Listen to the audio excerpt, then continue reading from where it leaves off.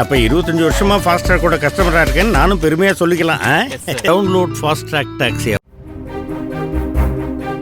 கடலூர் மாவட்டம் ஆலப்பாக்கம் புள்ளஞ்சாவடியில் சென்னையிலிருந்து வேளாங்கண்ணிக்கு சென்ற அரசு ஏசி விரைவு பேருந்து தனியார் பேருந்து மீது மோதி சாலை ஓரம் இருந்த விளை நிலத்திற்குள் கவிழ்ந்த விபத்தில் 15க்கும் மேற்பட்ட பயணிகள் காயமடைந்தனர்.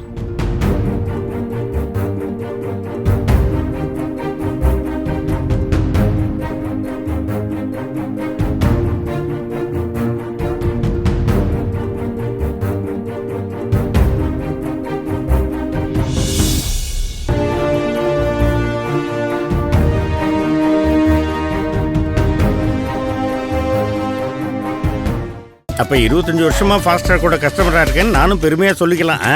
Download Fastrack taxi.